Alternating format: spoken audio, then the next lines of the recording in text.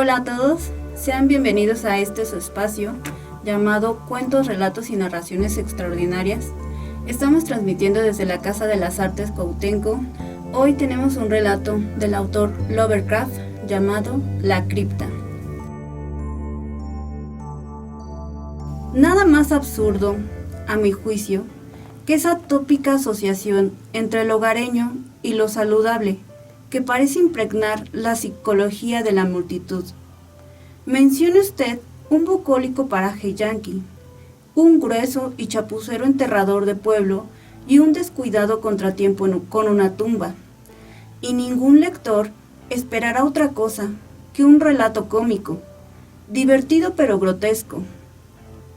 Dios sabe, empero, que la prosaica historia que la muerte de George Birch me permite contar tiene, en sí misma, ciertos elementos que hacen que la más obscura de las comedias resulte luminosa. Birch quedó impedido y cambió de negocio en 1881, aunque nunca comentaba el asunto, si es que podía evitarlo.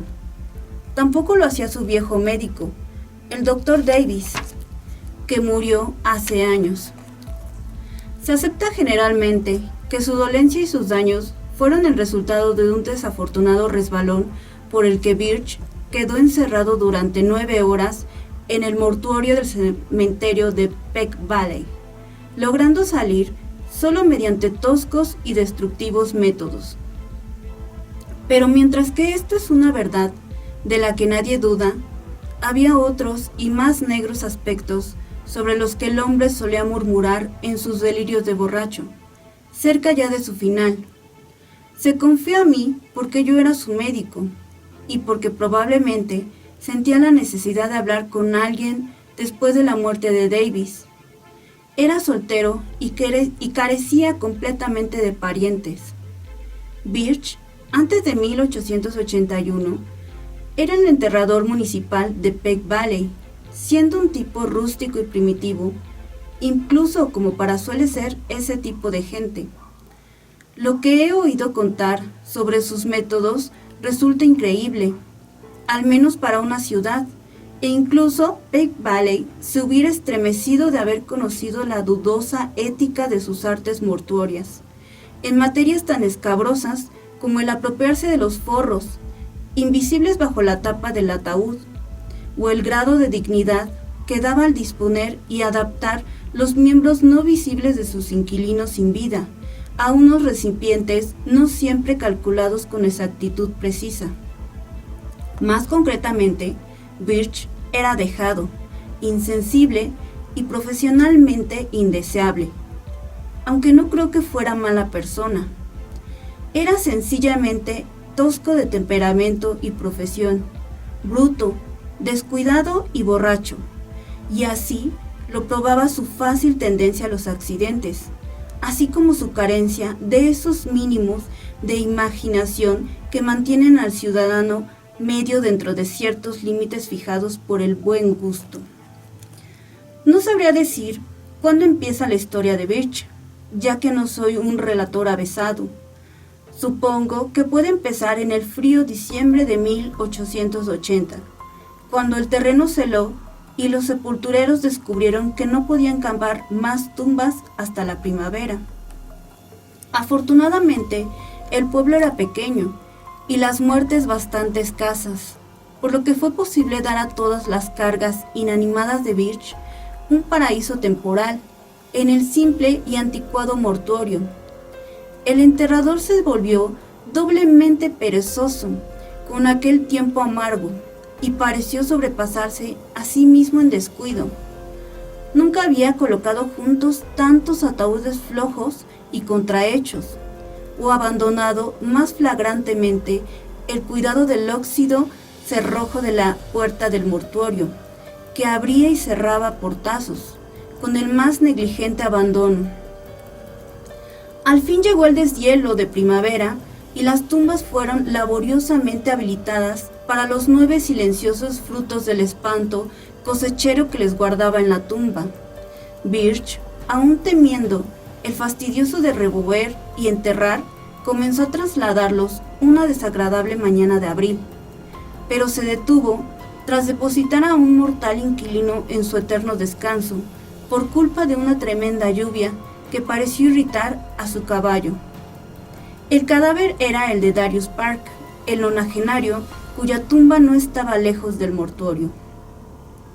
Birch decidió el día siguiente empezaría con el viejo Matthew Fenner, cuya tumba se encontraba también cerca, pero la verdad es que pospuso el asunto 3 días, no volviendo al trabajo hasta el día 15, Viernes Santo. No siendo supersticioso, no se fijó en la fecha, aunque tras lo que pasó, se negó siempre a hacer algo de importancia en ese fatídico 6º día de la semana. Desde luego, los sucesos de aquella noche cambiaron enormemente a George Birch. La tarde del 15 de abril, viernes, Birch se dirigió a la tumba con caballo y carro, dispuesto a trasladar el cuerpo de Matthew Fenner. Él admite que en aquellos momentos no estaba del todo sobrio, aunque entonces no se daba tan plenamente a la bebida como lo haría más tarde, tratando de olvidar ciertas cosas. Se encontraba solo, lo bastante mareado y descuidado como para fastidiar a su sensible caballo, sofrenándolo junto al mortuorio, por lo que éste relinchó y piafó, y se agitó, tal como hiciera la ocasión anterior, cuando le molestó la lluvia. El día era claro, pero se había levantado un fuerte viento, y Birch se alegró de poder contar con refugio mientras corría el cerrojo de hierro y entraba en el vestíbulo de la cripta. Otro podría no haber soportado la humedad y olorosa estancia, con los 8 ataúdes descuidadamente colocados, pero Birch, en aquellos días, era insensible y solo cuidaba de poner el ataúd correcto en la tumba correspondiente. No había olvidado las críticas suscitadas por los parientes de Han Bixby, cuando, deseando transportar el cuerpo de este al cementerio de la ciudad a la que se habían mudado, encontraron la caja del juez Capwell bajo su lápida. La luz era tenue, pero la vista de Birch era buena y no cogió por error el ataúd de Asaph Sauer, a pesar de que era muy similar. De hecho, había fabricado aquella caja para Matthew Fenner, pero la dejó a un lado por ser demasiado tosca y endeble. En un rapto de curioso sentimentalismo, provocado por el recuerdo de cuán amable y generoso fue con él, el pequeño anciano durante su bancarrota, 5 años antes. Había dado al viejo Matt lo mejor que su habilidad podía crear, pero era lo bastante ahorrativo como para guardarse el ejemplo desechado y usarlo cuando Asaph Sawyer murió de fiebres malignas. Sawyer no era un hombre amable y no contaba muchas historias sobre su casi inhumano temperamento, vengativo y su tenaz memoria para ofensas reales o fingidas. Con él, Birch no sintió remordimiento cuando le asignó el destartalado ataúd que ahora apartaba de su camino, buscando la caja de Fenner.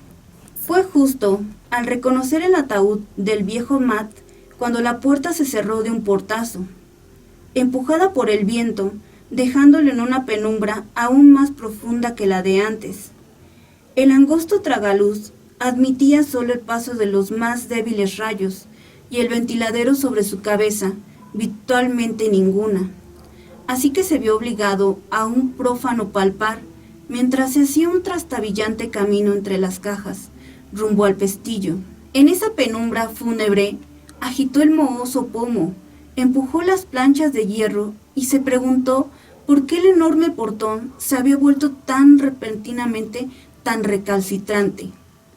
En ese crepúsculo, además, comenzó a comprender la verdad y gritó en voz alta, mientras su caballo, fuera, no pudo más que darle una réplica, aunque poco amistosa, porque el pestillo, tanto tiempo descuidado, se había roto sin duda, dejando al descuidado enterrador atrapado en la cripta, víctima de su propia desidia. Aquello debió suceder sobre las 3:30 de la tarde. Birch, siendo de temperamento flemático y práctico, No gritó durante mucho tiempo, sino que procedió a buscar algunas herramientas que recordaba haber visto en una esquina de la sala. Es dudoso que sintiera todo el horror y lo horripilante de su posición, pero el solo hecho de verse atrapado tan lejos de los caminos transitados por los hombres era suficiente para exasperarlo por completo. Su trabajo diurno se había visto tristemente interrumpido, y a no ser que la suerte llevase en aquellos momentos a algún caminante hasta las cercanías, debería quedarse allí hasta la noche o aún más tarde. Pronto apareció el montón de herramientas y seleccionando martillo y cincel, Birch regresó entre los ataúdes a la puerta. El aire había comenzado a ser excesivamente malsano, pero no prestó atención a este detalle mientras se afanaba, medio a tientas, contra el pesado y corroído metal del pestillo. Hubiera dado lo que fuera por tener una linterna o un cabo de vela, pero careciendo de ambos, chapuceaba como podía, medio a ciegas. Cuando se cercioró de que el pestillo estaba bloqueado sin remisión, al menos para herramientas tan rudimentarias y bajo tales condiciones tenebrosas de luz, Birch buscó alrededor otras formas de escapar. La cripta había sido excavada en una ladera, por lo que el angosto túnel de ventilación del techo corría a través de algunos metros de tierra, haciendo que esta dirección fuera inútil de considerar. Sobre la puerta, no obstante, el tragaluz alto y en forma de hendidura, situado en la fachada de ladrillo, dejaba pensar en que podría ser ensanchado por un trabajador diligente. De ahí que sus ojos demoraron largo rato sobre él mientras estrujaba el cerebro buscando métodos de escapatoria.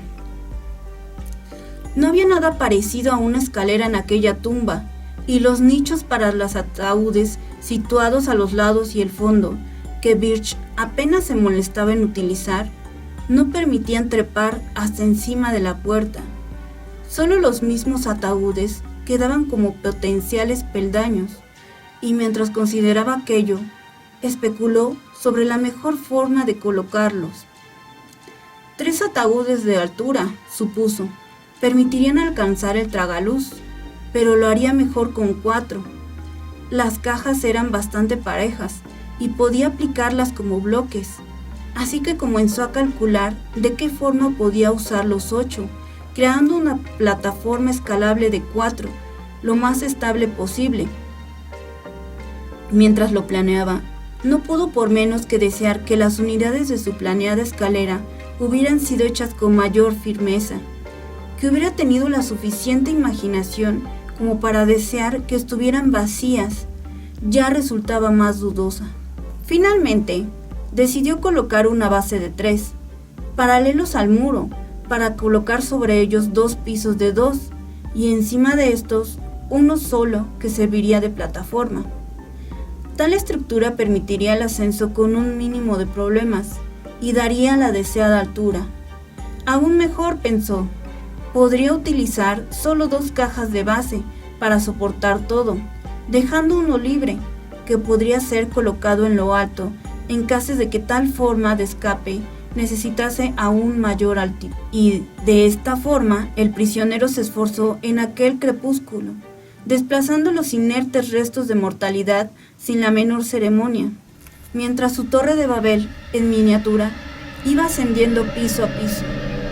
Algunos de los ataúdes comenzaron a rajarse bajo el esfuerzo del ascenso, y él decidió dejar el sólidamente construido ataúd del pequeño Matthew Fenner para la cúspide, de forma que sus pies tuvieran una superficie tan sólida como fuera posible. En la escasa luz había que confiar ante todo en el tacto para seleccionar la caja adecuada, y de hecho la encontró por accidente, ya que llegó a sus manos como a través de alguna extraña volición, después de que la hubiera colocado inadvertidamente junto a otra en el 3er piso. Al cabo, la torre estuvo acabada y sus fatídicos brazos descansaron un rato, durante el que se sentó en el último peldaño de su espantable artefacto. Luego, Birch ascendió cautelosamente con sus herramientas y se detuvo frente al angosto tragaluz. Los bordes eran totalmente de ladrillo y había pocas dudas de que con unos pocos golpes de cincel se abriría lo bastante como para permitir el paso de su cuerpo. Mientras comenzaba a golpear con el martillo, el caballo fuera relinchaba con un tono que podría haber sido tanto de aliento como de burla. Cualquiera de los dos supuestos hubiera sido apropiado, ya que la inesperada tenacidad de la albañilería, fácil a simple vista, resultaba sin duda sardónicamente ilustrativa de la vanidad de los anhelos de los mortales, aparte de motivo de una tarea cuya ejecución necesitaba cada estímulo posible. Llegó el anochecer y encontró a Birch aún pugnando. Trabajaba ahora sobre todo al tacto, ya que nuevas nubes cubrieron la luna, y aunque los progresos eran todavía lentos, se sentía envalentonado por sus avances en lo alto y lo bajo de la abertura. Estaba seguro de que podía tenerlo listo a medianoche, aunque era una característica suya el que esto no contuviera para él implicaciones temibles. Ajeno a opresivas reflexiones sobre la hora, el lugar y la compañía que tenía bajo sus pies, despedazaba filosóficamente el muro de piedra, maldiciendo cuando le alcanzaba un fragmento en el rostro y riéndose cuando alguno daba en el cada vez más excitado caballo que piafaba cerca del ciprés. Al final, el agujero fue lo bastante grande como para intentar pasar el cuerpo por él. Agitándose hasta los ataúdes, se mecieron y crujieron bajo sus pies. Descubrió que no necesitaba apilar otro para conseguir la altura adecuada, ya que el agujero se encontraba excavadamente en el nivel apropiado, siendo posible usarlo tan pronto como el tamaño así lo permitiera. Debía ser ya la medianoche cuando Birch decidió que podía atravesar el tragaluz. Cansado y sudando, a pesar de los muchos descansos, bajó el suelo y se sentó un momento en la caja del fondo a tomar fuerzas para el esfuerzo final de arrastrarse y saltar al exterior. El hambriento caballo estaba ya relinchando repetidamente y de forma casi extraña, y él deseó vagamente que parara. Se sentía curiosamente desazonado por su inminente escapatoria y casi espantado de intentarlo, ya que su físico tenía la índole corpulencia de la temprana mediana edad. Mientras ascendía por los astillados ataúdes, sintió con intensidad su peso, especialmente cuando tras llegar al de más arriba, escuchó ese agravado crujir que presagiaba la fractura total de la madera.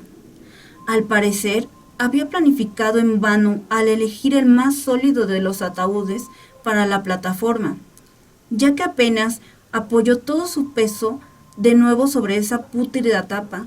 Esta cedió, hundiéndole medio metro sobre algo que no quería ni imaginar. Enloquecido por el sonido o por el hedor que se expandió por el aire, el caballo lanzó un alarido que era demasiado frenético para un relincho, y se lanzó enloquecido a través de la noche, con la carreta traqueteando enloquecidamente a su zaga. Birch, en esa espantosa situación, se encontraba ahora demasiado abajo para un fácil ascenso hacia el agrandado tragaluz, pero acumuló energías para un intento concreto. Haciendo los bordes de la abertura, trataba de auparse cuando notó un extraño impedimento en forma de una especie de tirón en sus dos tobillos. Enseguida sintió miedo por primera vez en la noche, ya que aunque pugnaba, no conseguía librarse del desconocido agarrón que hacía presa de sus tobillos en entorpecedora cautividad. Horribles dolores, como de salvajes heridas, le laceraron las pantorrillas, y en su mente se produjo un remolino de espanto mezclado con un inamovible materialismo que sugería astillas, clavos sueltos y similares, propios de una caja rota de madera. Quizás gritó, y en todo momento pateaba y se debatía frenéticamente y casi automáticamente, mientras su conciencia casi se eclipsaba en un medio desmayo. El instinto guió su deslizamiento a través del tragaluz, y en el arrastrar que siguió, cayó con un golpetazo sobre el húmedo terreno. No podía caminar, al parecer, y la emergente luna debió presenciar una horrible visión mientras él arrastraba sus sangrantes tobillos hacia la portería del cementerio, los dedos hundiéndose en el negro mantillo, apresurándose sin pensar, y el cuerpo respondiendo con esa enloquecedora lentitud que se sufre cuando uno es perseguido por los fantasmas de la pesadilla. No obstante, era evidente que no había perseguidor alguno, ya que se encontraba solo y vivo cuando Armington, el guarda, respondió a sus débiles arañazos en la puerta. Armington ayudó a Birch a llegar a una cama disponible y le envió a su pequeño hijo Edwin a buscar al doctor Davis.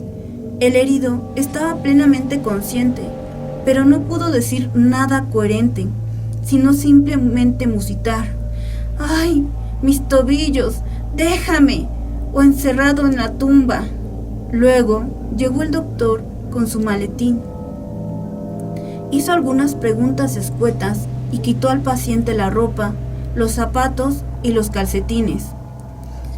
Las heridas, ya que ambos tobillos estaban espantosamente lacerados en torno a sus tendones de Aquiles, parecieron desconcertar sobremanera al viejo médico y por último casi espantarlo.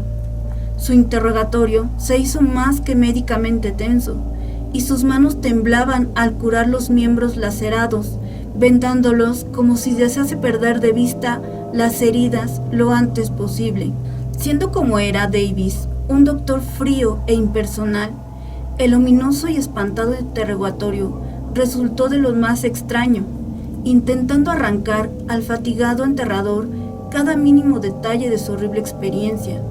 Se encontraba tremendamente ansioso de saber si Birch estaba seguro, absolutamente seguro, de que era el ataúd de Fenner en la penumbra y de cómo había distinguido este del duplicado de inferior calidad del ruin Shire. ¿Podría la sólida caja de Fenner ceder tan fácilmente? Davis, un profesional con larga experiencia en el pueblo, había estado en ambos funerales. Aparte de haber atendido tanto a Fenner como a Shire en su última enfermedad, incluso se había preguntado en el funeral de este último cómo el vengativo granjero podía caber en una caja tan acorde al diminuto Fenner. Davis se fue al cabo de 2 horas largas, urgiendo a Birch a insistir en todo momento que sus heridas eran producto enteramente de clavos sueltos y de maderas astilladas. ¿Qué más?, añadió, podría probarse o creerse en cualquier caso, pero haría bien en decir tan poco como pudiera y en no dejar que otro médico tratase sus heridas. Birch tuvo en cuenta tal recomendación el resto de su vida, hasta que me contó la historia. Y cuando vi las cicatrices, antiguas y desviadas como eran, convine en que había obrado juiciosamente. Quedó cojo para siempre, porque los grandes tendones fueron dañados, pero creo que mayor fue la cojera de su espíritu. Su forma de pensar, otrora flemática y lógica, estaban indeblemente afectada, y resultaba penoso notar su respuesta a ciertas alusiones fortuitas, como viernes, tumba, ataúd y palabras de menos obvia relación. Su espantado caballo había vuelto a casa, pero su ingenio nunca lo hizo. Cambió de negocio, pero siempre anduvo recomiendo por algo. Podía ser solo miedo, o miedo mezclado con una extraña y tardía clase de remordimiento por antiguas atrocidades cometidas. La bebida, claro, solo agravó lo que trataba de aliviar.